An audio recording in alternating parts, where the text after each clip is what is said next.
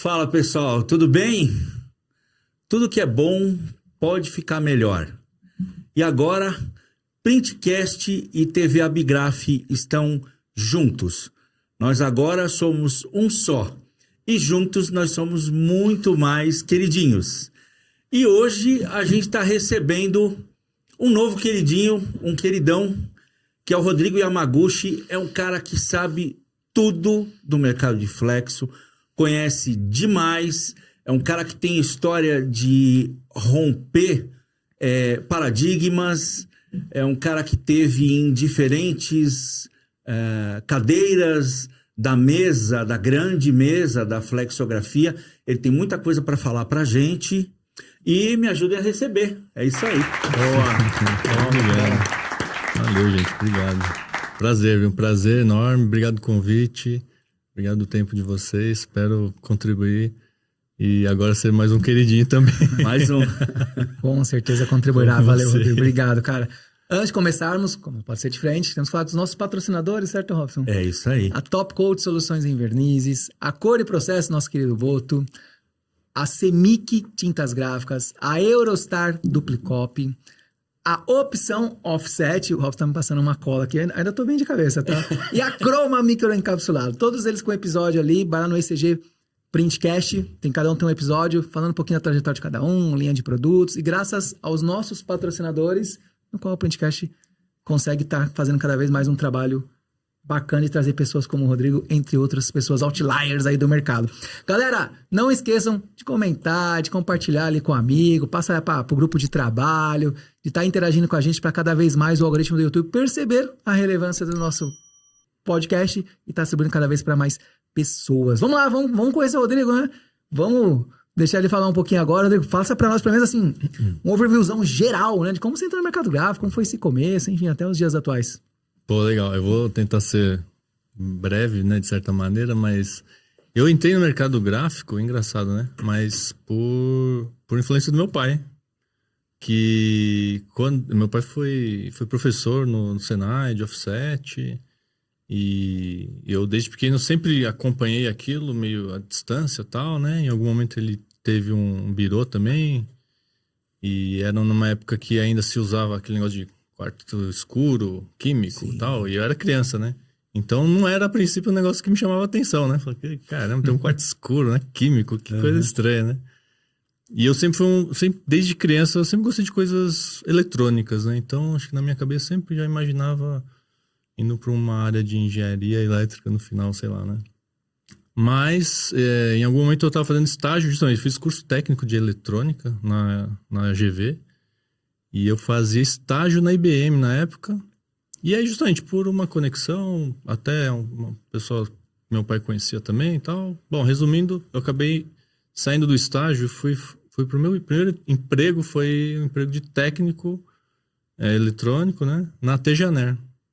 Legal. A extinta Tejaner, né? É. Mas foi meu primeiro contato, vamos dizer assim, no dia a dia com offset, né? Apesar de ter todo esse contato meio que indireto, né, com o mercado através do meu pai, mas não era algo que eu buscava muito. Então, quando eu fui para lá, fui entender o que era Semic, entendeu?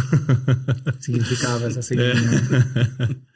Então, ali eu comecei, na verdade, instalava sistemas, né? Então, sistemas de pré-impressão, software, gerenciamento de cores nos seus primórdios, né?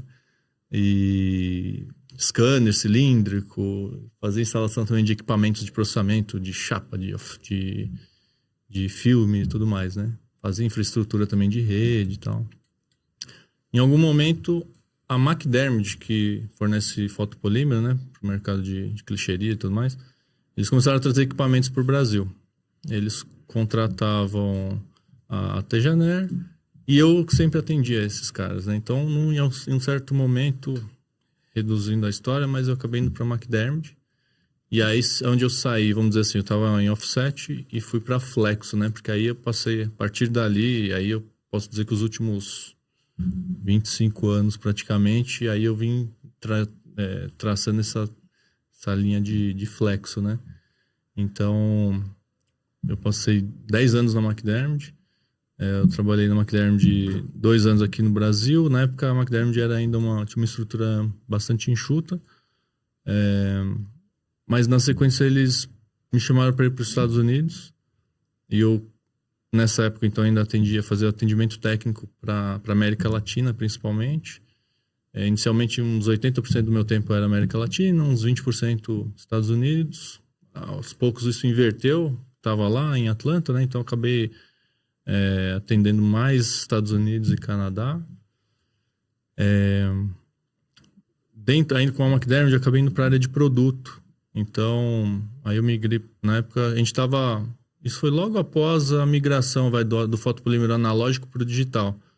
Então, nessa época, eu fiquei responsável pela linha de fotopolímeros digitais. Alguns desses produtos talvez ainda existam hoje, né, nesse portfólio de digital hoje. Então, passei talvez os outros próximos 4 anos ali, todos focados nessa parte de desenvolvimento de fotopolímeros, né? Mais ou menos em 2010, eu voltei para o Brasil e eu fui para a Dupont, né? Dupont aqui no Brasil. E aí eu fui assumindo a equipe técnica América Latina. E também foi uma época também muito boa, né? Muito, muito ativa em termos de desenvolvimentos, né? E ali a gente teve chance de desenvolver, por exemplo, a primeira tecnologia de ponto plano aplicado para banda larga, né? A gente fez o desenvolvimento aqui pela estrutura da América Latina, que foi muito legal. Nessa época também a Rui Mariano se aposentou, eu acabei indo para a área de assumir a parte de vendas aqui no Brasil, né? Então, saí da América Latina, fiquei Brasil, responsável por vendas Brasil, aqui do Sairel, né, da Dupont. Então, fiquei na Dupont, acho que com 6, 7 anos. Quando eu saí da Dupont, eu saí um pouco do nosso mercado, fui para uma empresa fabricante de lata de alumínio, então não tinha muito a ver com o nosso... Tinha impressão, mas era, né, um outro mercado. Realmente focado, foi uma época que eu tinha feito MBA, queria fazer alguma coisa diferente, sei lá, né, sair do mercado, beleza.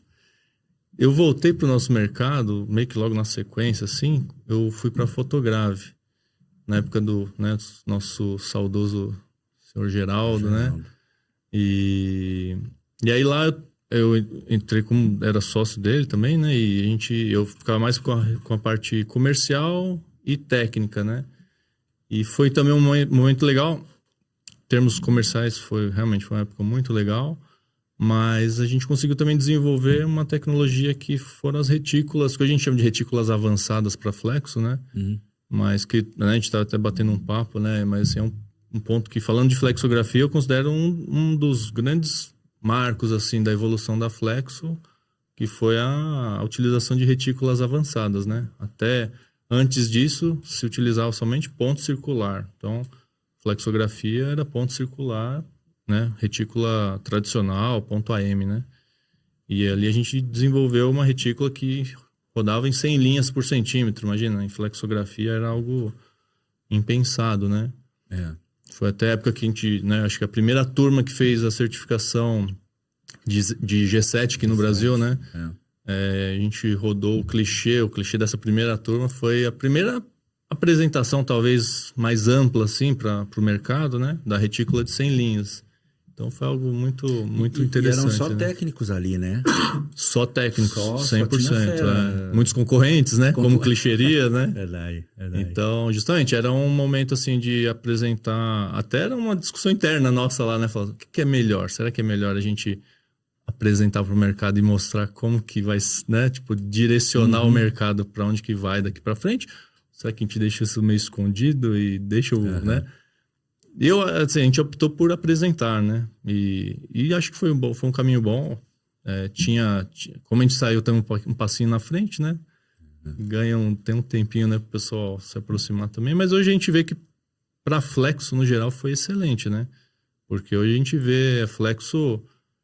em termos lá no, né, voltando um pouquinho mais no passado, a flexo era vista como um segundo nível, né, um nível abaixo da rota. Isso aqui não faz em flexo, né? Impressão para saco de pão. Exato. Essa brincadeira, carimbo, né? Carimbo, né? Então, assim, isso foi muito legal. Falar isso. Não, mas né, seu Geraldo, né? Seu Nosso Geraldo... nomezinho tá sendo espetado, só porque a gente falou carimbo. Mas era legal ver, né? Quem passou, sofreu, vamos dizer assim, né? O seu Geraldo, ele andava com as amostras, assim, com orgulho, né? De falar assim, ó, isso aqui é flexo, né? Olha aqui. 100 linhas, né? A gente rodou aquilo lá. Eu lembro que no Senai também, com o pessoal do Senai, né? Eu falava, olha, a gente pode rodar... A máquina de vocês roda essa tecnologia. Aí até eles brincam, 100 linhas por polegada? Não, são 100 linhas por centímetro, né? Pode, vai, vamos lá. Aí, eu lembro, a primeira vez que tirava foto, era um negócio realmente impressionante, né? Era muito diferente, né? E na sequência isso aí foi caminhando bem, né? Hoje a gente vê todas as soluções, na verdade, utilizam alguma forma, né? Qualquer impressão flexo de alta performance utiliza retícula avançada, né? Tanto no chapado quanto nas altas luzes, só vai ter variações de retícula, né? E mais recentemente, né? Até curtando um pouco, mas mais recentemente na Heidelberg, responsável pela linha Galos. Então, hoje a Galos é 100% parte do grupo Heidelberg, né? Então, hoje a Galos tem desde a linha convencional Flexo, né? Que já acho que é o produto mais, vamos dizer, consagrado da Galos, né? Tem toda uma história, uma trajetória de alta performance, tanto de alta flexibilidade, múltiplos processos de impressão, né? Para você combinar, desde corte, cold foil, o que você quiser, até máquinas flexo de alta performance de impressão, de alta velocidade, 200 metros por minuto e tal. Então, essa linha convencional e a linha digital também. Então, a Galos também, até, né, a gente conversando, às vezes o digital, de certa maneira, né, é a tecnologia, a última tecnologia, né? Se a gente pensar na evolução dos processos de impressão, é a mais recente, né? E dentro da Galos também. Mas a Galos já está nesse mercado há mais de 10 anos, né? Então, e é um mercado que, sim, principalmente dentro desse segmento de banda estreita, é um mercado que cresce a cada ano e é o mercado que mantém o tamanho do mercado de banda estreita cresce, na verdade, graças a essa evolução do digital também, né? Então Interessante. Porque o comportamento, creio eu, né? Me corrija, o comportamento do consumidor mudou. Total. E não, a gente vê grandes players aí que antigamente você tinha um único tipo de embalagem e até voltar para tamanho família. Hoje esse negócio de tamanho família, acho que no Brasil eu não vejo, não existe mais, creio eu. E aquele 1 milhão de embalagem ficou 100 mil segmentos, 100 mil lavanda, 100 mil eucalipto, enfim. Isso acho que passou obviamente, por parte de rótulos. Muitas empresas também de tiragens relativamente pequenas, que são mais artesanais, vamos dizer assim, né? E o mercado, obviamente, teve que se adequar onde esse digital surgiu, vamos dizer assim, vindo de conta com essa necessidade e vem crescendo. Exato. O número de SKUs, né? Se a gente pensar assim, o consumo final, ele meio que acompanha o tamanho da população, né? Então, existe um crescimento populacional que não é proporcional ao aumento de número de SKUs, né? Sim, até a gente brinca, né? Que antigamente no mercado, biscoito recheado era morango e chocolate, né? Acabou. Então, assim, agora você tem, sei lá, aquele mesmo volume que se produzia morango e chocolate, aí você, multiplica pelo crescimento da população, mas você divide em 1 milhão de outros SKUs, né? Que agora são, sei lá, tem 100 sabores, e 100 sabores, uma versão com sem glúten, outra uma diet e uma, né? E é igual ração, né? Que antigamente era cachorro e gato, né? Agora, para cachorro tem... e Whiskas. né? Então agora cachorro você tem... grande, cachorro pequeno, cachorro tem todas essas variações. Cachorro velho, cachorro novo, recém-nascido, tem por raça, né? Você olha, tem por raça. Sim. Então, assim... Além de campanhas customizadas, pontuais, eu acho que foi a Nutella, se não me engano, que fez não sei quantos rótulos, um diferente do outro aí, numa determinada campanha que eles fizeram. O digital permite isso, a tradicional, obviamente, que não teria como. Né? É igual o rótulo da Coca-Cola, com nomes e tudo mais. Eu não achei o Robert ainda, tô procurando. Lá tinha como nome. Eles erraram, eles colocaram Robert, eles colocaram um T naquela lata. A gente arruma uma canetinha vermelha pra tampar ali. Ô, Rodrigo, eu preciso falar uma coisa, cara. Eu comecei no label 30 e pouquinhos anos atrás. O sonho do cara que era meu patrão era ter uma Galos. O Jean, né? Na época, eu tinha o seu Camargo, o seu Gregório, o Jean, o Keis, o Alexandre, mas principalmente o Jean, lá na Pracolar, ele falava, cara, o meu sonho é ter uma Galos. Eu vou ser o cara mais feliz do mundo nesse dia. E é um negócio que, a primeira vez que a gente conversou sobre isso, sobre esse papo aqui no Printcast, na hora eu falei, cara, finalmente eu vou saber tudo da Galos. Isso ainda existe? Existe, no mercado? existe. Sonho? Existe. Pô, pra caramba. Nossa, uma pergunta. Cara, eu escutei recentemente de um cliente, a gente tá num processo, negociando, falando, né? Negociando uma máquina, ou seja, ele falar pra mim, eu tenho o sonho de ter uma Galos, até me coloca numa posição até mais forte, parece, né? Aham. E... Metade das objeções foram embora. Né? Não é? Mas é, assim, de verdade, é algo que eu, né, vivi isso pessoalmente, assim, recentemente, e é um negócio que você vê que é muito presente. É presente no cara que tem galos também. O cara fala assim, cara, eu tenho galos. Ele já se posiciona, fala, cara, eu sou um cliente galos. Sim. Sabe? É bonito de ver, porque assim, eu acho que assim, a questão da marca, a marca também não se sustenta se ela por trás não tiver um embasamento técnico. Né? Um valor de fato, né? Igual a gente fala de grandes marcas que a gente coloca na nossa cabeça como de desejo, né? Se você, no dia que você atinge aquele desejo e ele não te entrega o que você desenhou, essa marca vai perder força, né? E tem um outro agravante. Quando é uma marca de desejo, você já coloca a expectativa lá em cima, né? Então, quando o cara fala assim, eu tenho um sonho de ter uma Galos. Então, ele já não é um negócio assim que ele acordou hoje e falou, acho que vou comprar uma Galos, né? Ele já tá pensando já há bastante tempo, foi entendendo e foi criando uma expectativa. Minha expectativa é que vai fazer isso, vai fazer aquilo, vai entregar isso, tal. Então, quando ele recebe, ele fala, cara, conquistei, realizei meu sonho. Legal. Agora ele vai confirmar, né, se o sonho dele era sonho mesmo ou se era um pesadelo, né? E de fato, assim, a Galos é você vê quando você entende a engenharia por trás, o cuidado. Assim, o suíço, ele é um cara diferenciado, assim, né? Até brinco quando fui com o Kio no final do ano lá pra Galos, né? A gente, brincadeira, né? Mas a gente esperando um ônibus, né? Tá escrito, 2h17 vai passar o ônibus, né? Fala, cara, 2h15, não tô vendo o ônibus, não vai dar certo, né? 2h16 você vê o ônibus aparecendo. 2h17 ele para na sua frente e abre a porta, assim, né? Caramba. Aí você fala, caramba...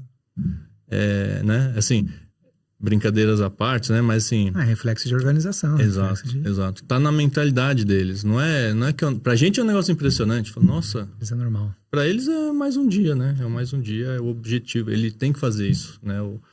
Ele tem que fazer isso. Você não tá errado. Se ele não fizer isso, tá muito errado, né? Então, assim, isso se reflete na engenharia, né? Sim. Então, quando você vê uma máquina...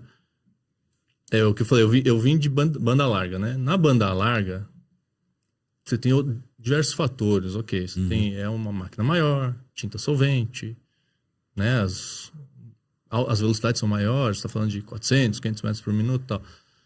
Mas é comum a máquina que tem uma velocidade nominal máxima de 500, 600 metros, no dia a dia ela está rodando 350 no máximo, né? Provavelmente até menos e tal, né? E na minha cabeça, antes de ir para Heidelberg, né, para Galos, eu imaginava que seria mais ou menos a mesma coisa. Falar, se a máquina nominal máximo 200, é igual o carro, né? O carro, a velocidade máxima é 250. O cara, você vai rodar 250, né? E não é, né? Para eles, eu até falo, hoje eu não falo velocidade máxima, eu falo velocidade de cruzeiro. Velocidade de cruzeiro da máquina é 200. É porque ela é feita... para rodar 200. E se você rodar 200 ou a 100, não faz diferença. Em termos de resultado impresso. Então, às vezes o operador que não é acostumado, né, no início, não, mas pode? Não pode, né? Ela é feita para isso mesmo, né? Então, a gente vê, né, aí pensando no conjunto, impressão convencional, uma Label Master, por exemplo, né? Tem alguns fatores que que fazem com que ela realmente tenha uma performance muito superior, né? Desde o sistema de refrigeração, do tambor refrigerado, né? A performance do conjunto realmente coloca ela num patamar diferente, né? Mercado um exemplo, né? Banda estreita, a gente fala sempre são máquinas modulares, né? Então, você tem 8 cores, de repente tem reversão, impressão frente e verso e tal. Quando a gente olha qual que é um fator, principalmente, imagina, uma máquina rodando filme 200 metros, sendo modular, registro pode ser um fator... Quando você fala 200 metros por minuto, certo? 200 metros por minuto, Assim, registro pode ser um fator, e né, para... Se você pegar uma máquina, né, no geral no mercado, registro é complicado. Aí você vê eu fui me informar através dos clientes, né? Quando eu fechei com a Heidelberg, estava indo para lá, eu fui ligar para os meus clientes que tinham galos para perguntar, né? Falar, me fala, o que funciona, o que não funciona, o que é bom, o que é ruim, né?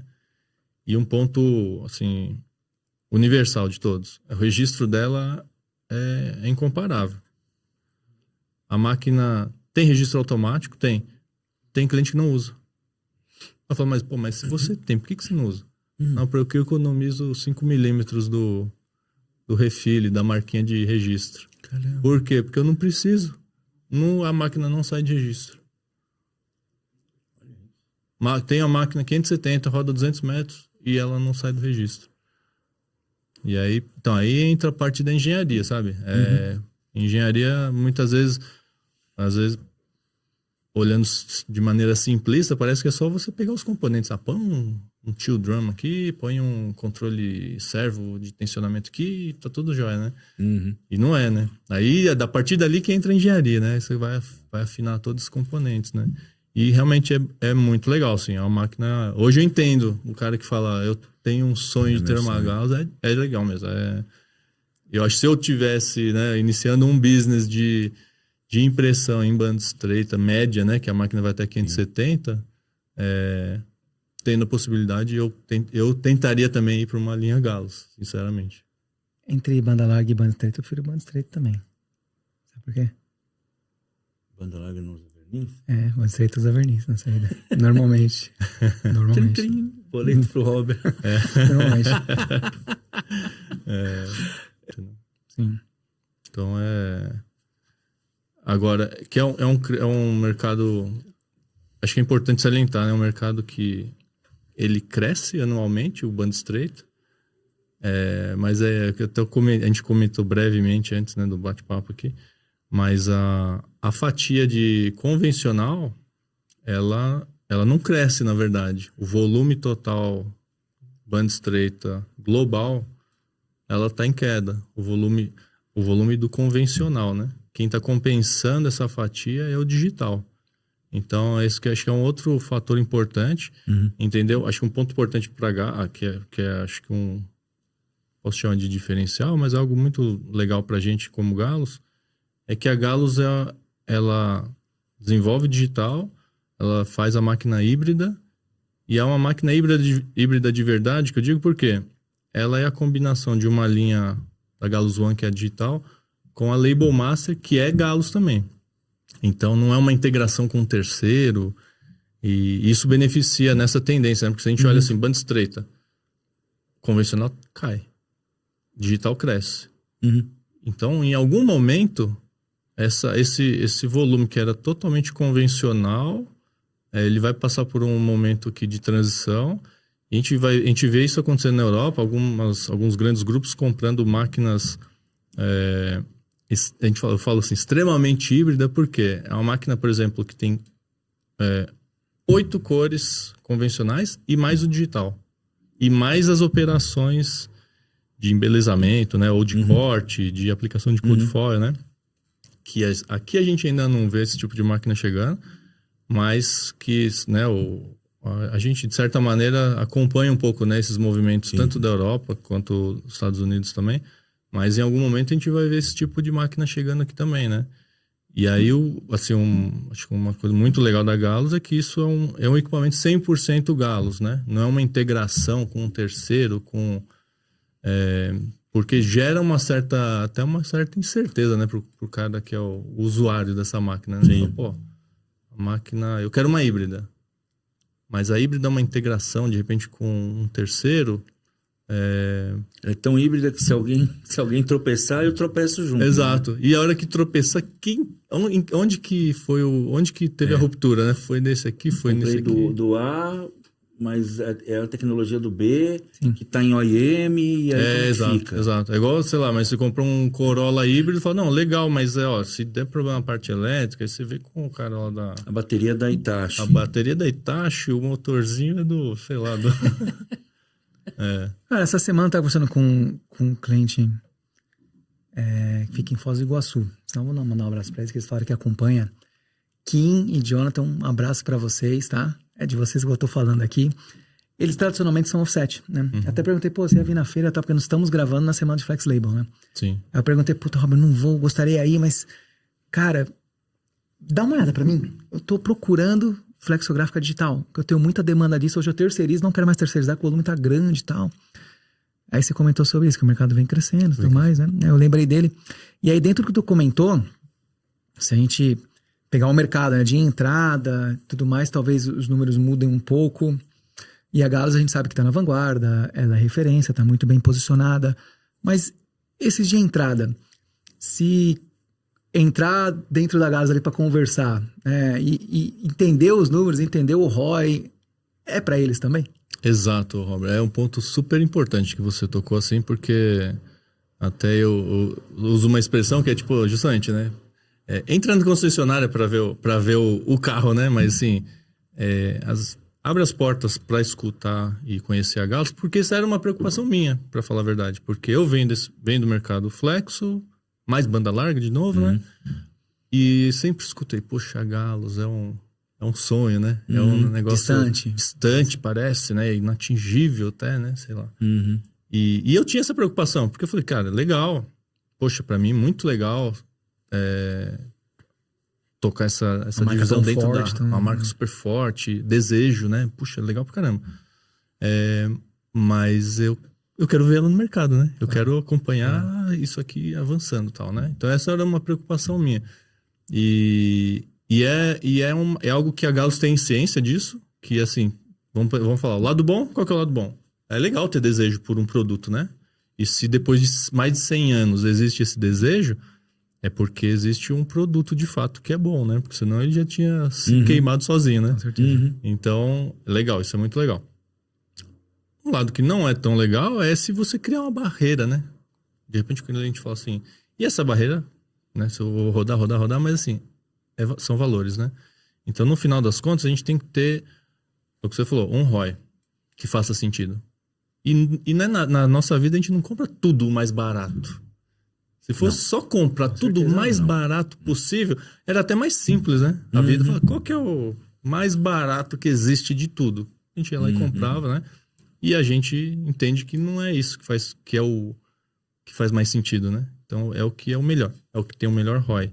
Então, por isso que a gente é muito comum um cliente Gauss que não tem a primeira, a segunda, tem 5, tem 6 e segue nessa linha, é porque realmente é um equipamento que, acima de tudo, ele faz muito sentido quando você coloca baixo setup, baixa perda de material, altíssima performance de impressão, não só de qualidade, mas de produtividade, né? O nosso cliente, ele tá ganhando dinheiro quando o caminhão sai da fábrica dele com a nota emitida. É a hora que ele tá ganhando dinheiro, né? Olha, emitiu, tá saindo, produto.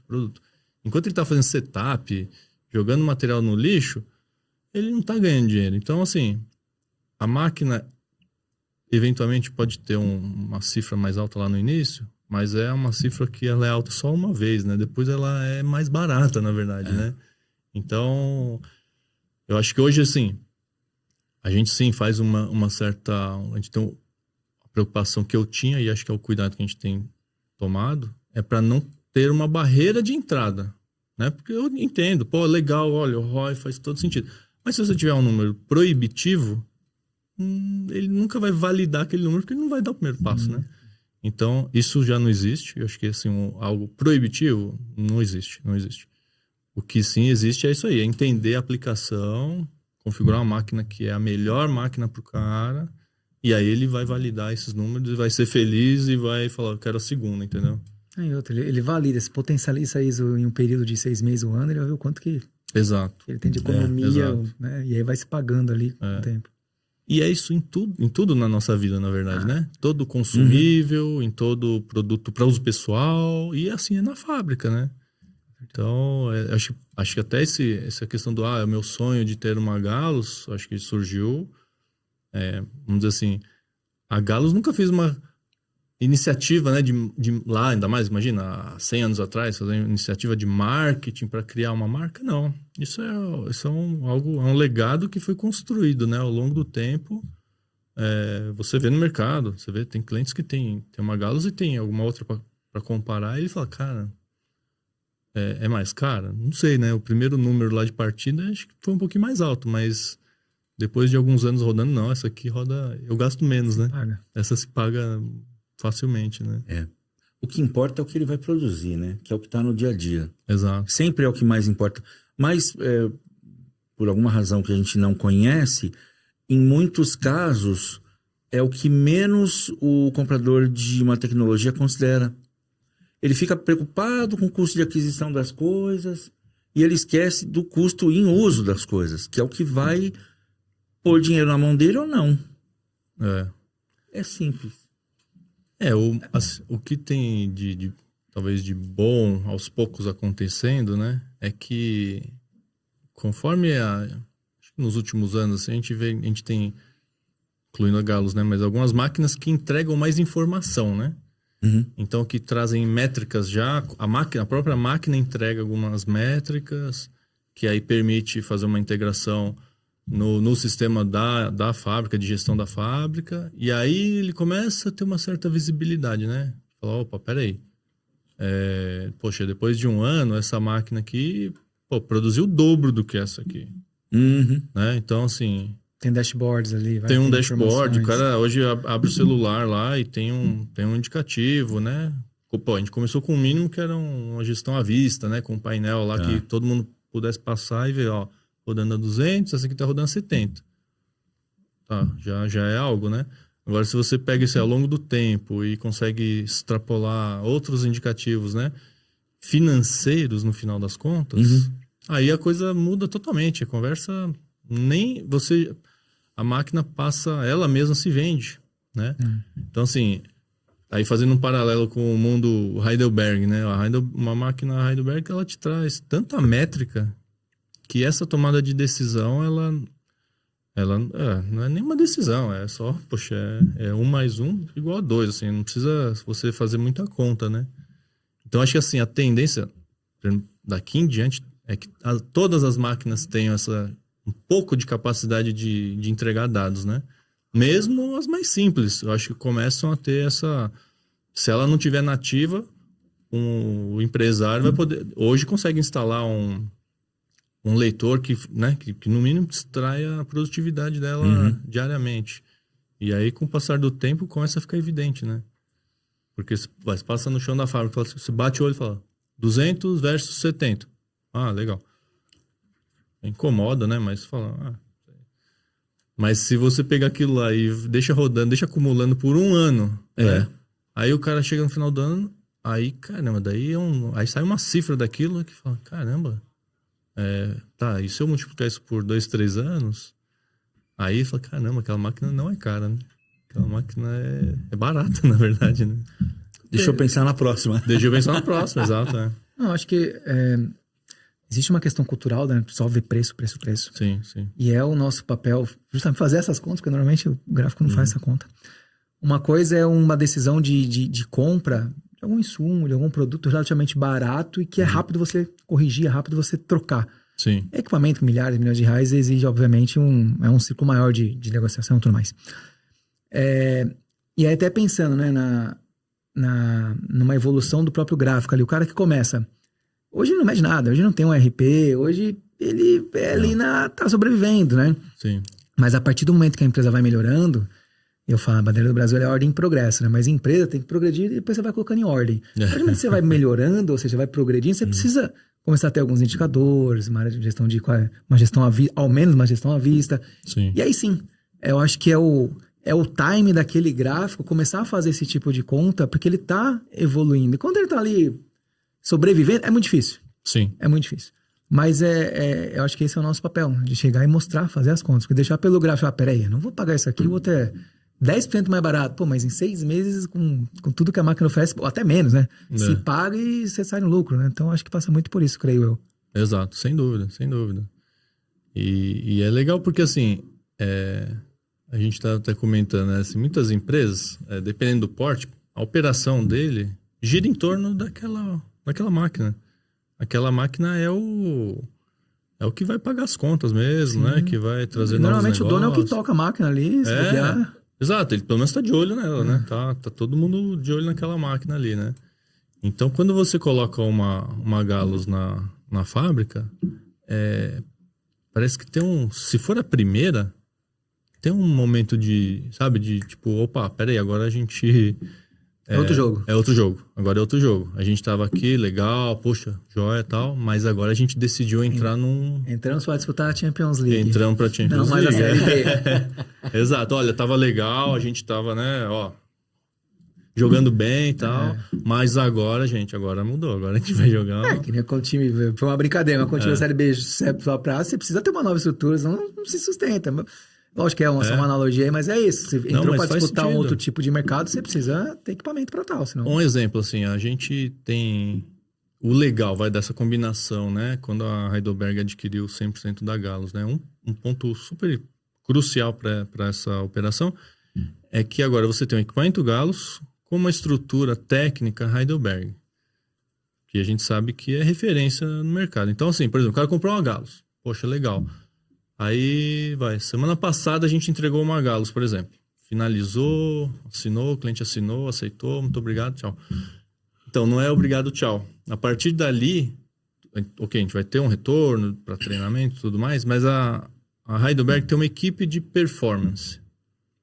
Então, essa é uma equipe técnica que vai acompanhar o cliente para ele extrair 100% daquela máquina. Justamente nessa mudança de mentalidade. Ok, se pegar um cliente que o cara já tem 5, 6 galos lá, ele sabe extrair 100% já, né? Já é um cliente galos, né? Já tá com galos correndo na veia. Agora, poxa, o cara recebeu a primeira galos dele. Legal. Treinou, fez a instalação, fez treinamento, fez o refresh lá do treinamento, joia. Mas tem equipe de performance que vai acompanhar o cara também. Então, assim, dica de setup, ajudar ele a desenhar o fluxo de preparação, de programação dos pedidos, insumos, os melhores insumos, lâmina, dupla face, ajudar ele a otimizar e de fato falar, porque assim, legal, você vai ter uma redução de setup. Ok, o equipamento permite isso. Você sozinho pega um cilindrinho, coloca tal. Você faz um setup ali em 10 minutos. Uma pessoa faz, né? Beleza. Mas e tudo que vem em volta? Treinamento, gerenciamento de cores. Aí entra a equipe de performance. Então o cara que compra uma Galos, ele se sente amparado também. Fala, porque senão, do contrário, ele fica até preocupado. Fala, poxa, eu fiz um investimento legal. É uma máquina de alta performance. Eu tenho eu tenho meio que a obrigação de fazer esse negócio rodar em alta performance, né? E aí, poxa, será que eu tô sozinho? Não, fica tranquilo. Quer agendar? Vamos agendar uma vinda da equipe de performance. O pessoal fica aqui uma semana com você. Precisa agendar uma outra. Vamos agendar. E assim vai. Até realmente o cara virar uma operação de alta performance. Então, a sensação do cliente realmente é que fala, poxa, não é só o produto, né? Ele comprou, poxa, que tá na moda, né? A experiência, né? Mas no nosso caso não é só experiência, realmente performance. No final das contas, ele vai entregar performance, né? Então, isso é muito legal, isso faz toda a diferença. É a garantia que a pessoa, né, o empresário tem de que ele vai conseguir aqueles 200 metros por minuto, tudo que a máquina tem para entregar, ele vai conseguir absorver, né? E tirar proveito disso. Exatamente. Porque assim, às vezes o dia a dia é complicado, né? O cara tem as demandas do dia a dia ali e tal, e é bom. Eu acho que a demanda do dia a dia e aquele negócio do santo de casa não faz milagre, né? Às vezes pode até tem uma equipe, conhecimento técnico e tal, mas às vezes você precisa ter uma equipe externa e falar, chegou a equipe aqui na Heidelberg de performance. Tá bom. Né? Às vezes o gerente da fábrica falou, talvez deu as mesmas dicas parecidas e não conseguiu implementar, né? E aí vem a equipe falando, agora tem assim. E aí tudo dá certo, né? Acontece bastante. Cara, acontece, né? O tempo todo, né? Acontece bastante. Aliás, as pessoas deviam até... Por tamanha frequência que isso acontece, as pessoas deviam se abrir mais, né? Para ter essa experiência com a equipe externa. Sim. Já sabe o que vai acontecer, cara. Mas tem muita coisa cultural, né? Não tem jeito. E é por isso que a gente precisa ter... você falou a experiência, né? Que, é performance. Mas a experiência engloba tudo. É a forma que você embala tudo, né? Sim. Não é só o equipamento, mas é esse atendimento que vai lá, que faz, que mostra. Você gera essa experiência. Ano que vem é Expo Print. É a principal feira nossa aqui. Acho que é a quinta do mundo. Quarta, talvez. Acho que é a quarta. Enfim, né? Heidelberg estará presente e vai ter ali uma... não, a gente fala uma ilha ali, né? Enfim, a Galus estará lá. A Heidelberg vai estar com quase 1.000 metros lá. O pessoal do marketing vai depois me xingar porque eu não sei exatamente, mas vai ser grande. É bem grande, quase 1.000 metros de stand, né? Galus a gente vai estar com máquina também. Já sabe qual ou ainda não? A gente deve trazer uma máquina digital. Digital. Vai ser o foco. Vai ser o foco. Se ela vai ser híbrida, talvez, isso aí não tá definido, mas deve ser uma máquina digital. De alguma maneira vai ter digital, pelo menos, né? Tá. Mas vai ser... Então, de certa maneira, até para apresentar um pouco mais para o mercado, né, essa tecnologia, né? Realmente, a Galus é muito conhecida, né? Já, né, como a gente falou, bem tradicional, né? Com convencional. E no digital, apesar de ter essa tecnologia há mais de 10 anos, a gente precisa, principalmente aqui no Brasil, acho que reforçar essa exposição para o digital, né? É uma máquina 100% híbrida também. Ela é híbrida com a linha Label Master, então pode ser uma máquina com 340 ou 430 de largura e 100% integrada ou integrável, né? Com a linha Label Master. Então ela pode ter flexo antes, flexo depois, code, corte, qualquer operação das máquinas flexo convencionais, né? Show. E isso foi que faz 10 anos, você já cortou mato alto lá, vamos dizer assim, mas 10 anos no Brasil, a digital? Da Galus? Não, aqui no Brasil é bem mais recente, a gente na verdade tem uma máquina aqui no Brasil. É um trabalho que está começando a se fazer forte no digital. Exato. Tá, pode falar que é uma iniciativa relativamente nova no Brasil, na verdade, né? Hoje tem algum showroom em São Paulo, alguma coisa? Não. Então hoje você tem players ali que você leva o cliente para ver na máquina em atividade. É legal, acho que, com certeza, se você me falasse, eu gostaria, seria excelente ter um showroom aqui. A gente hoje utiliza ou showroom lá de St. Gallen, na Suíça mesmo, né? Se for e faz, a gente usa até de certa maneira frequente. O que a gente usa muito são as visitas a clientes aqui que tem equipamentos, né? E na maioria são clientes que são parceiros. Dia a dia, literalmente. Né? Exato. É uma coisa toda preparada para showroom. Exato. É legal, sim. Mas você vê o real ali do dia a dia... Exatamente. Assim, na verdade, eu acho que se eu me colocar no lugar do cliente que está prestes a tomar uma decisão, eu prefiro ver a máquina rodando num ambiente produtivo. Eu digo mais. A gente tem clientes que são... né, que tem 6 máquinas Galus, uma do lado da outra, enfileiradas, lindas, rodando maravilhosamente. É legal também. Mas eu, sinceramente, eu gosto de levar... Eu acho legal também levar quando ele tem concorrente. Porque é mais real ainda. Porque, assim, o cara que é 100% Galus, você chega lá e tem 5, 6 Galus, é fantástico. Eu acho que vale super a pena. Lógico que vale a pena. Mas quando ele vê um cara que tem tem a Galos e tem A, B, C e equipamentos bons, com premium e certeza. tal, legal. Só que ele vai escutar De quem usa. de quem usa, né? Não sou eu, porque eu posso falar, Checa né? a mesa, Ele vai né? sempre tira uma parte do que eu tô falando e vai... Lá não, lá ele vê a vida real, né? Então, eu particularmente, eu gosto dos dois, dá pra combinar os dois, né? Mas eu acho que para a pessoa que está do outro lado, que está prestes a tomar uma decisão de investimento, poxa, você vai comprar um carro, você vai preferir fazer um test drive, ou se puder fazer uma viagem, né, de verdade, né? Escutar de algum colega seu que já teve o carro, já teve os dois carros que você está em Sim, não, dúvida, com certeza. é mais fácil, né? É outro nível de experiência ali. É diferente de bem você próximo da ir sua no realidade. showroom, é legal. Poxa, Sim, vai no showroom, legal.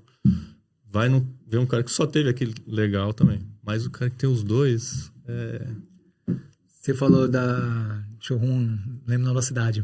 Qual é o nome da cidade? Lá na Suíça? é St. Gallen. St. Gallen é o nome da cidade? É. isso? St. Gallen. Tu viaja demais, né? Já teve alguma experiência fora ali, sei lá, de viver, de trabalhar por algum período? Então, o período meu de trabalho, de relocar mesmo, né? Assim, eu acho que os últimos, sei lá, muito tempo, mais de 20 anos, eu atendo as Américas, principalmente, né? Mas de morar, né? Quando eu tava na McDermott, eu morei 8 anos em Atlanta, 8 anos. né? Tá. E aí foi um período também legal, né? De comparar Você se graduou indústria, lá, assim, né? inclusive, Me né? graduei também, né? Na verdade, Podia quando falar eu um fui pouquinho para disso lá, aí.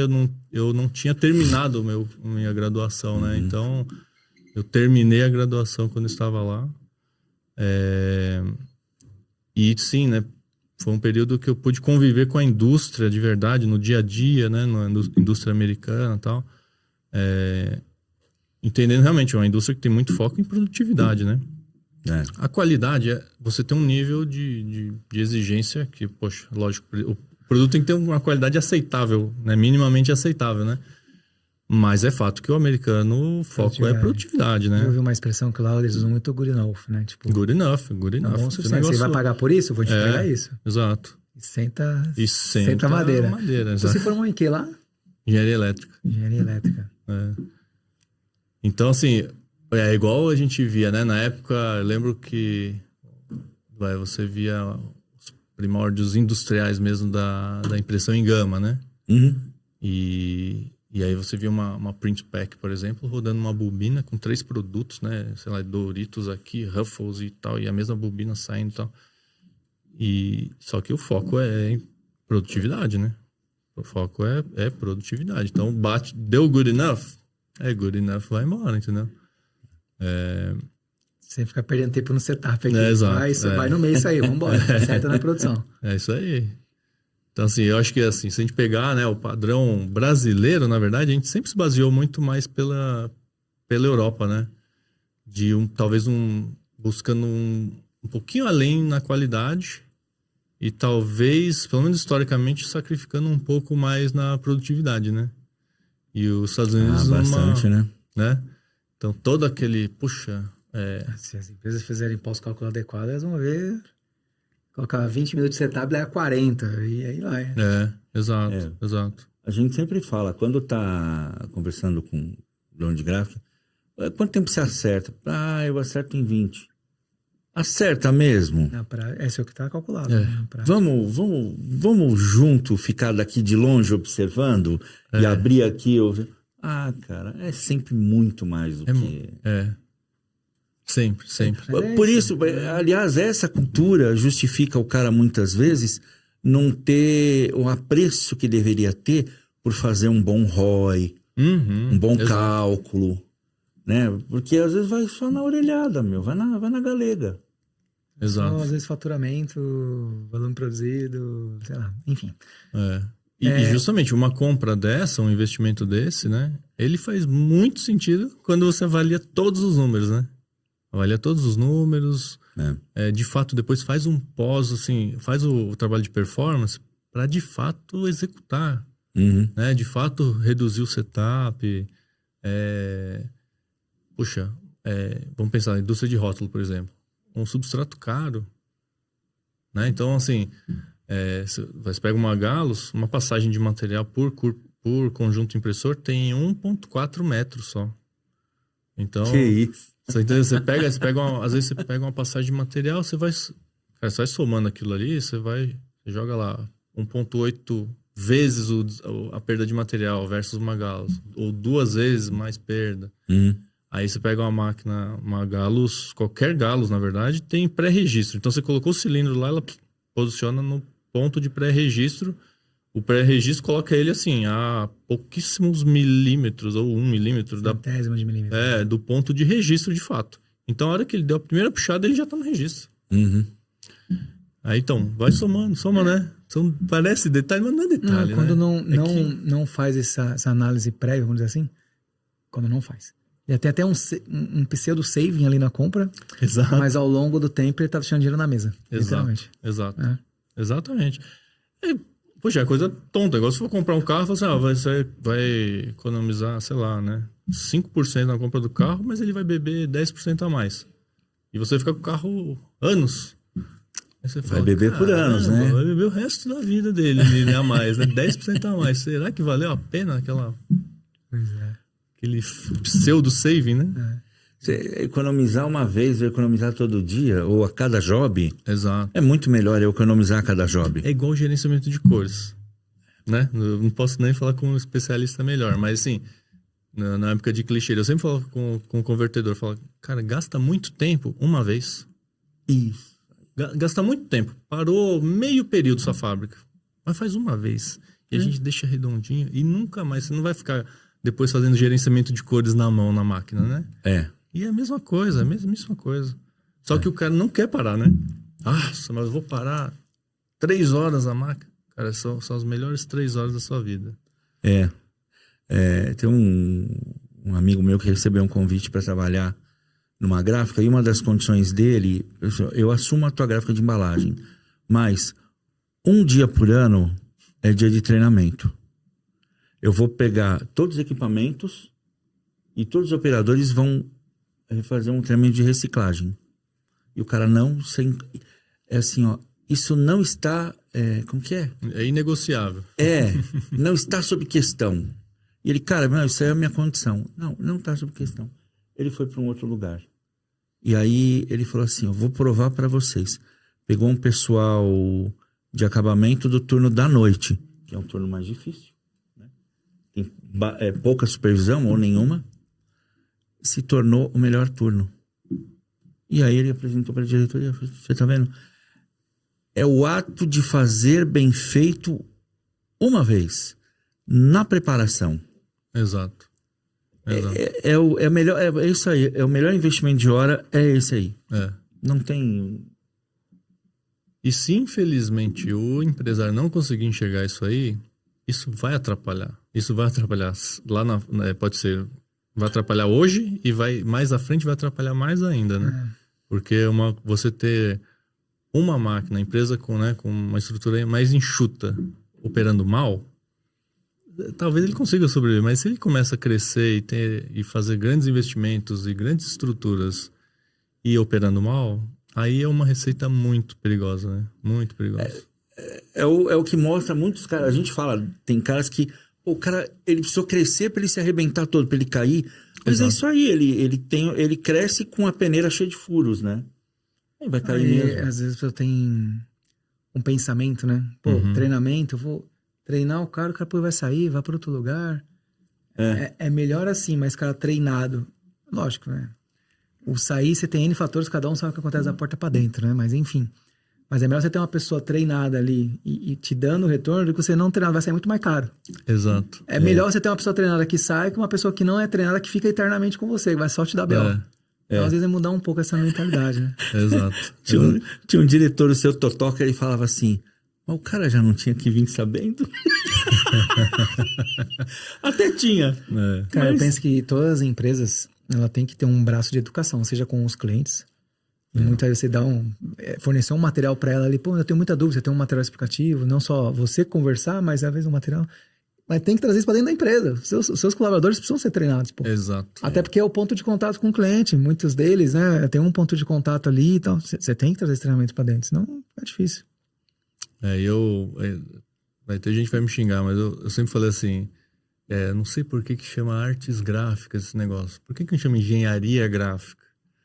Porque a gente já partiria do princípio de que são números. Sim. E a gente tem que pensar de maneira lógica, né? Se eu colocar 1 mais 1, vai dar 2. Não vai dar 1,5, não vai dar, né, 2,5. Não. Então, eu acho que assim, eu falo brincando em tom de brincadeira, mas de fato, eu acho que assim, historicamente, a gente tinha um perfil meio de artista, né? Tipo assim, vai imprimir. Poxa, o gerenciamento de cores é ciência, é número, é uma ciência exata, né? Tipo, referência, leitura, correção, perfil, repete isso aqui o resto da sua vida que vai dar certo. E o histórico de artes gráficas, aquele impressor que lá no passado, né, estava mais acostumado em... deixa eu dar uma corrigida na tinta aqui, né? Deixa eu dar uma apertadinha a mais aqui, deixa eu recortar essa fita dupla face aqui, sabe? Aquilo realmente eu falei, cara, né? Ok, isso é o que também deixa, cria necessidade de especialistas para corrigirem tudo isso. Então, eu também uma vez eu estava conversando sobre isso, me lembraram isso, lembra que toda essa complexidade é o que cria a necessidade de grandes especialistas, né? Então, legal, é bom que isso... Existe a necessidade da nossa existência, né? Legal. Mas, quanto mais a gente começa a tratar essa indústria de artes gráficas, né? Como uma engenharia gráfica, né? Você começa a interpretar, ver tudo como um número, né? Porque no final tudo é número e no último número tem um cifrão na frente, né? É negócio. É negócio. Às vezes é feito para ganhar dinheiro e pronto. Entendeu? Então, assim... Quanto antes a gente começar a olhar tudo como número e no final isso se converte numa cifra, puxa, mais longevidade eu vou ter no meu negócio, mais visibilidade, né, para entender, poxa, aquele um dia de investimento em treinamento investimento, não é puxa, perdi um... Não. Não, mas aí que tá. Põe no número. O número vai te mostrar que é bom aquele um dia, né? É retorno, cara. Você tem... É o ROI, você tem um retorno. Você tem ROI, equipe satisfeita, ambiente bom, você fazendo as suas obrigações conforme tem que ser feita, óbvio, ninguém tá querendo entrar em detalhes aqui, mas você treina a sua equipe, você vai criando repetibilidade daquilo, as pessoas vão ficando cada vez melhores, cara. Menos retrabalhos, menos problemas e por aí vai. Igual quando a gente vai, né? A gente falou um pouco de empresas no exterior e tal. E às vezes você vai numa empresa, vai na Suíça, por exemplo. Você olha assim e fala, caramba, será que tá acontecendo? Tá uma tranquilidade, né? Ninguém tá correndo. Ninguém tá correndo. Não tem nenhum incêndio acontecendo, nada. Tá tudo tranquilo. O cara vai pra lá, pega uma amostra. Caramba. E aqui no Brasil, né, assim, falando até paura, né? Você já sabe, meu Deus do céu. Cara, será que não tá acontecendo? E aí você vai chegando mais perto, você vê a máquina tá rodando a 200, tá tudo tranquilo. Ele pegou a amostra dele, ele tá tranquilamente fazendo o setup do próximo, na verdade. Tá posicionando ali o cilindro, tem um carrinho com o próximo trabalho, tinteiro extra, né, que ele configura a máquina com um tinteiro extra, já tá preparando. Aí acabou. Você já viu umas gráficas autônomas, ó? Autônoma, acho que não, né? Não. Agora, o que a gente vê, assim, nível de automação, né? Funções mais básicas, vamos dizer, né? A gente vê, por exemplo, trânsito, né? De empilhadeira para lá e leva material para cá e tal. Isso, algumas operações lá nos Estados Unidos, você fica impressionado já, né? Em termos de automação, de robô trazendo as bobinas já com a programação. E pouca gente, né? Você não vê tanta gente. Só que como ele já tem um PCB bem desenhadinho, o robozinho tá vindo, trazendo material lá de não sei da onde, já posicionando e tal. Então, se você colocar o ganho, né, de produtividade, só graças a essa programação um pouquinho mais assertiva, né? Nem perfeita, mas ela... Acho que esse é um ponto, assim, né? Como se eu comparar a experiência, o dia a dia americano, por exemplo, com aqui, até num ambiente flexo, banda larga, por exemplo, a programação lá era muito mais assertiva. Não era perfeita, mas comparando com, né, o que a gente vê, não vou nem falar só de Brasil, né, mas América Latina em geral, a gente vê um fluxo um pouco mais conturbado, assim, né? E isso faz muita diferença. Aí volta na questão dos números, né? Se alguém colocar na ponta do lápis quanto tempo que a máquina de fato ficou parada, e às vezes é por uma operação simples, era só fazer a montagem do próximo trabalho e deixar aqui do lado da máquina, né? É. Aí fala, poxa, mas eu vou ter que comprar um jogo adicional de cilindro? Nossa, é caro. É, exato. É caro. Será que é caro mesmo, né? Vamos fazer a conta, vamos sentar, vamos ver. Quanto tempo você perde toda vez que o cara tem que desmontar e montar com a máquina parada? 1 ano, 2 anos, opa, não é caro. Deu meia máquina já. Aí. Já deu meia máquina, né? Então, tipo, gerenciamento de cores. Quantas vezes que eu já tive cliente que o cliente tinha 7 máquinas. Olha, eu tô pensando, vou comprar mais uma máquina. Falei, pera, antes de comprar, vamos dar uma revisada nos seus tempos de setup, porque 7 máquinas, peraí, se a gente conseguir tirar, pelo tamanho dos pedidos de hoje, se a gente tirar 20 minutos, 30 minutos do setup, a gente coloca uma máquina a mais. Né? Se você tá gastando mais tempo de... Hoje infelizmente, acontece muito, né? De fazer um setup mais longo do que o tempo de produção. É bem frequente. É bem frequente. Então, se você conseguir... Vamos fazer um trabalho de perfil de cor. Perfil, treinamento, né?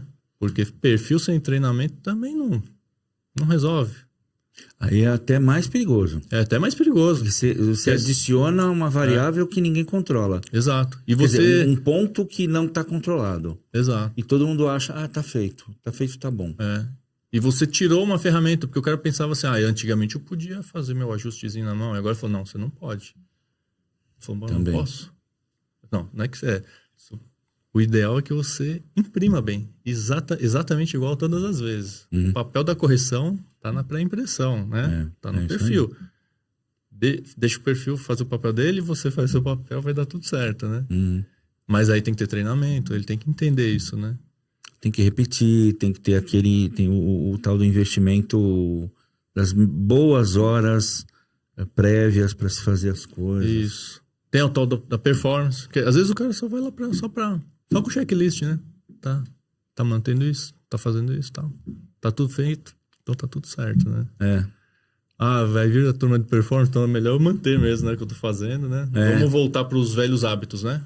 Vamos manter o novo método, né? Nem é novo mais, né? Mas não vamos voltar aos velhos hábitos, né? Então... Faz muito sentido, cara. Mas a gente falou várias vezes de engenharia aqui. E de número. E você tem uma experiência, cara, que eu achei fantástica, que foi ter rompido uma bolha com relação à impressão em mais linhas, com retícula. Eu queria que você falasse isso, senão a gente acaba a conversa e não fala. E eu achei isso do caramba. Pelo seguinte... Todo mundo fala daquilo que já está estabelecido. É muito fácil você aperfeiçoar aquilo que já está estabelecido. E pouco se fala do rompimento das bolhas, da quebra de paradigma. E eu acho que você protagonizou um negócio que ajudou o mercado todo, cara. Talvez um dia, até porque agora você não concorre mais com os caras que se concorria lá atrás, e algum dia os caras vão juntar e falar assim... Pô, Rodrigo, obrigado, cara. No fundo, você ajudou todo mundo. Todo mundo andou pra frente porque você deu o seu primeiro passo, aí ajudou todo mundo aí também. É verdade, Robson, assim, falando de retículas, né? Isso surgiu, não foi porque, nossa, né? Que nem caiu a maçã na cabeça, porque caiu, né? Não foi. Foi uma pressão que havia, na verdade, né? Assim, quando comecei a pensar nessa questão das retículas para flexo, era um momento em que eu estava na Dupont e a gente precisava desenvolver uma tecnologia para aumentar a lineatura, conseguir fazer um degradê acabando em 0, que sempre foi o calcanhar de Aquiles da flexo, né? Flexo sempre foi isso, sempre a dificuldade foi essa, porque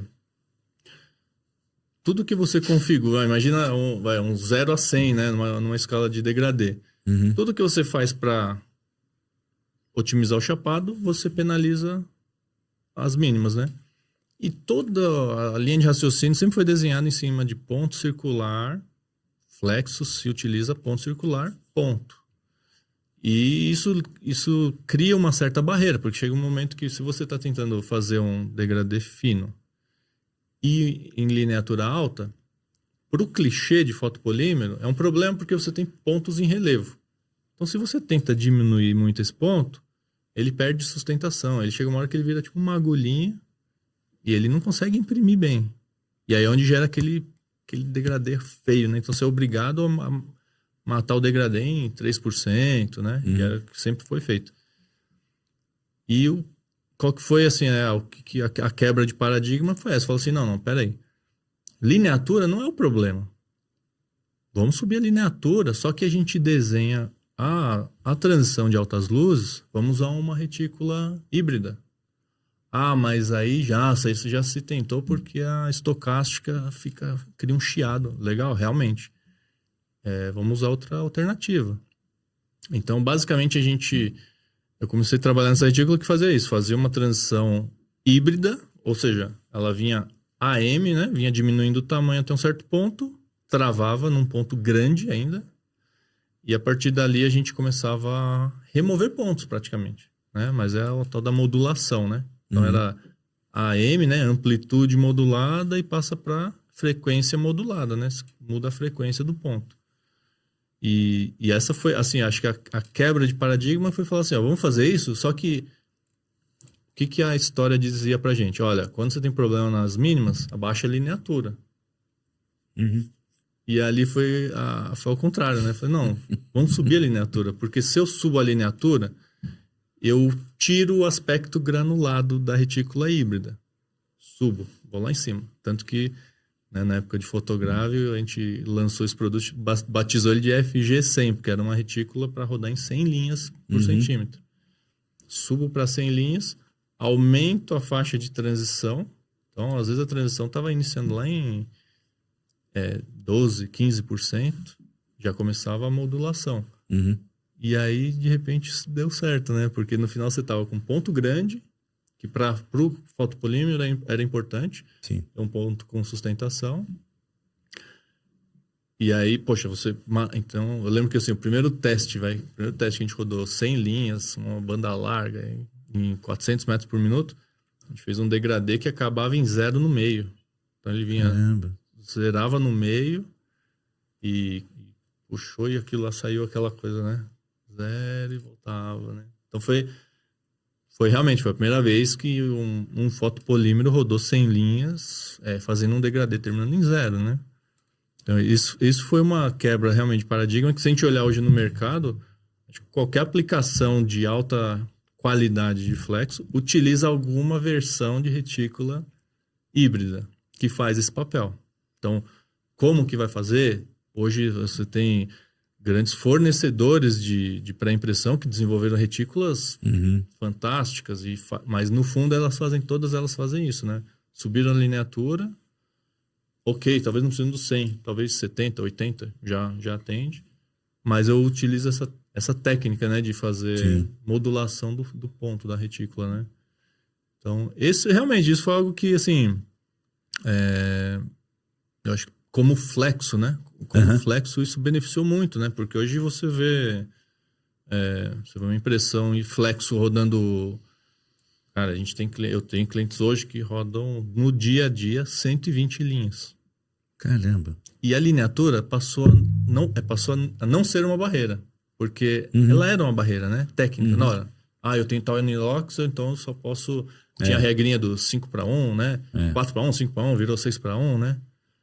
Nessa técnica, né, de retícula híbrida, não existe essa relação. Então, eu posso ter um anilox, sei lá, de 380 linhas e colocar 80 linhas para rodar. Não tem mais essa necessidade de relação anilox clichê, né? Então... tem o caso extremo, que eu já vi o cliente rodando 200 linhas por centímetro. Um trabalho, um rótulo, né? Não sei se posso falar, um rótulo um Omo, produto de alto volume. Aí você fala, então vai sujar mais rápido. Não vai sujar. Suja menos. Por quê? Olha só. Onde que suja o clichê? O clichê suja na mínima, porque você tem os pontos muito próximos, e aí ele começa a acumular tinta entre um ponto e outro, Aham. suja. Ah, então diminui a lineatura que você espaça os pontos. Só que quando você tem híbrido, você remove os pontos. Então você não tem... Você tem ponto faltando, na verdade. Aham. Então não tem como criar uma ponte entre um ponto e outro. Então Não ele não suja. suja mais. Ele não suja. Ah, então vai perder durabilidade. Ah, poxa, subiu a lineatura, vai perder durabilidade. Também não, ao contrário. Porque na retícula tradicional, você vai diminuindo até o limite físico do ponto, do clichê. Então você trabalha meio no limite. Na híbrida, não. Você determinou um ponto forte lá em cima, lá na escala, lá 10%. Lá um ponto grandão. E eu vou removendo, mas eu mantenho... Cada ponto isolado é um ponto grande. Então ele é um ponto forte. E o mais importante para o ponto da Flexo é que ele tem esse ombro. Se ele tiver um ombro forte, ele fica tipo uma pirâmide. Ele pode ser pequenininho, né? Mas ele tendo o ombro, ele não cai, ele não remove. O operador lá limpando não consegue arrancar ele. Qual é o ponto que dá problema? É o da retícula tradicional, quando eu faço ele pequeno. Ele é um pontinho A pequenininho. estrutura é muito pequena. E ele é tradicional também. Então, se você na retícula tradicional, se você arrancar um ponto, ele chama atenção. Né? Você vê, opa, caiu o ponto aqui. É, porque tira o... Tirou aquela matriz dele lá, né? Agora, no híbrido, não. A ausência dele te chama mais atenção. Exato. A ausência, né? Num ponto tradicional, se você arrancou um, dois ali, na hora você vê. O Rodrigo foi uma das pessoas que, então, Será que eliminou... Não, eliminou na época aquela expressão carimbo. É. Cara. Porque aí a gente começa... Exatamente. Em prêmios, a gente fica assim, caramba, meu, essa Flexo não tem squash. Será que é Flexo mesmo?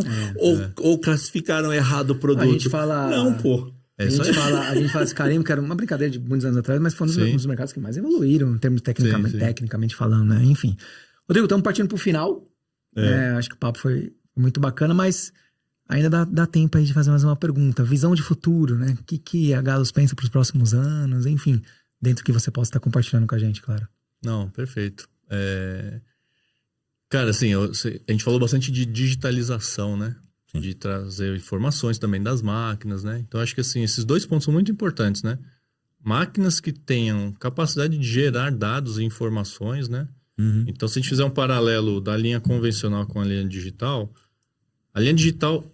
antes de entrar na questão da impressão digital, mas vamos pensar antes na questão de máquina digital, né? A máquina digital hoje, ela tem uma capacidade de gerar informações e trazer previsibilidade, de trazer ajustes antecipados e informações antecipadas e monitorar o ambiente onde ela está instalada e saber prever o que vai acontecer, que são fantásticas e são talvez parte da característica de uma máquina digital.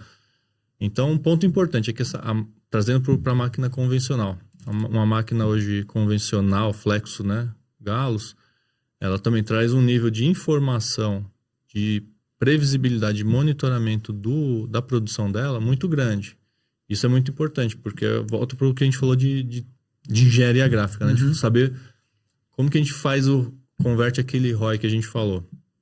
A gente tem que ter informação em tempo real. Como que ela está rodando, tempo de setup. Isso acho que é um ponto super importante, né? Pensando, olhando para o futuro. Se eu vou adquirir uma máquina, eu faria questão de ter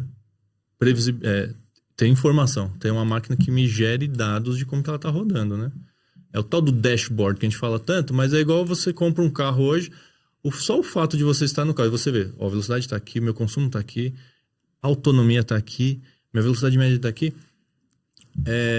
Até quem não se atenta, vamos dizer que seja uma pessoa, né, que acho que eu sou meio nerd para essas coisas, então eu adoro o número, né? Fico olhando lá, beleza. Acho que se meu carro começar a beber mais, eu vou, né, no dia seguinte, falar, tem alguma coisa errada. Então eu já vou, ou é a gasolina, ou é o combustível que está ruim, ou o carro está com alguma coisa. Aquilo já vai me avisar meses antes, né, de ter um problema, de fato, e parar o carro, né?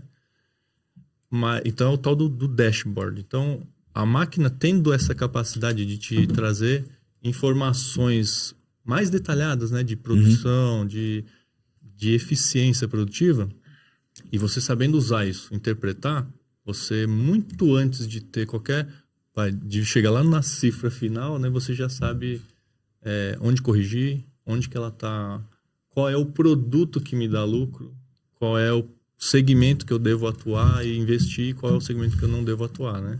Esse acho que é um ponto importante. O segundo ponto é a digitalização, né?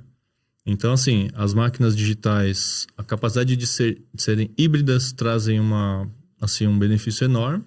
Eu consigo colocar uma máquina que, de fato, a complexidade... Então, tudo que a gente falou, né, de retícula, de fita dupla face, imagina, toda aquela complexidade, o digital, ele simplifica muita coisa, né? Sim. Hoje, uma máquina digital já está na casa de 70 metros por minuto a 100 metros por minuto. Então, já é um nível de velocidade que viabiliza muito o produto, muito a SKU. E aí você associa isso aqui com uma dificuldade, que acho que é uma questão não só brasileira, mas é global, que é a escassez de mão de obra qualificada.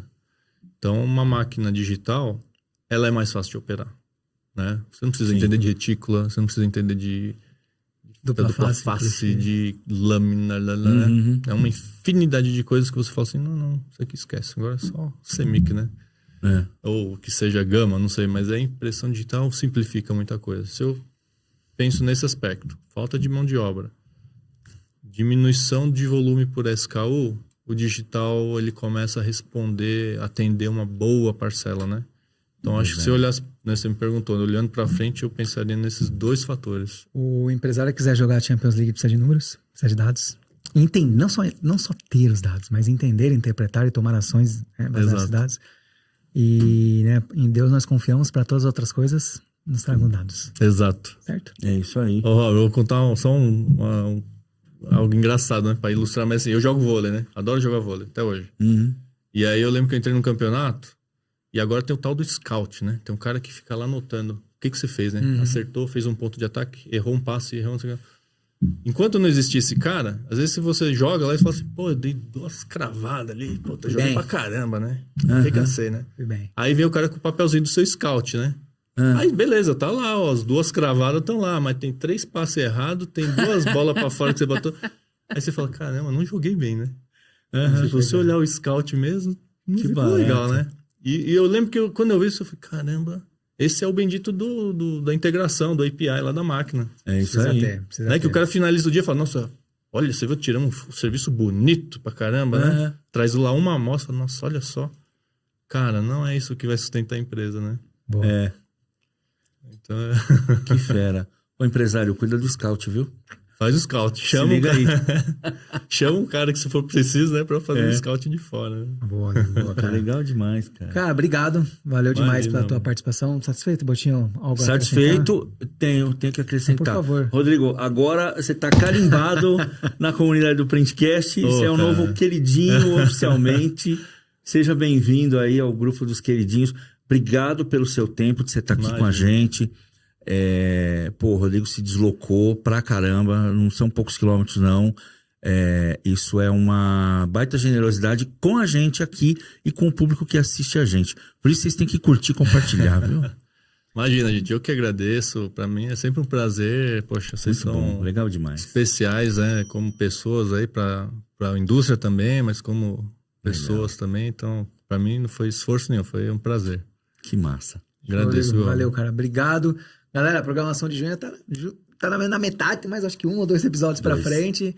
Não deixe de nos acompanhar, não deixe de compartilhar esse episódio, passar no grupo de trabalho, pros amigos, pra família, pro vizinho que você não gosta, enfim, pro YouTube entender a nossa relevância. Nos vemos quinta-feira que vem, tem episódio inédito. Essa semana foi um pouquinho diferente em virtude do feriado que tem aí na semana, mas quinta-feira que vem nos vemos. Valeu, galera. Valeu, Rodrigo, Robson, obrigado. Tchau, tchau. Valeu. Valeu, gente. Obrigado. Obrigado, viu?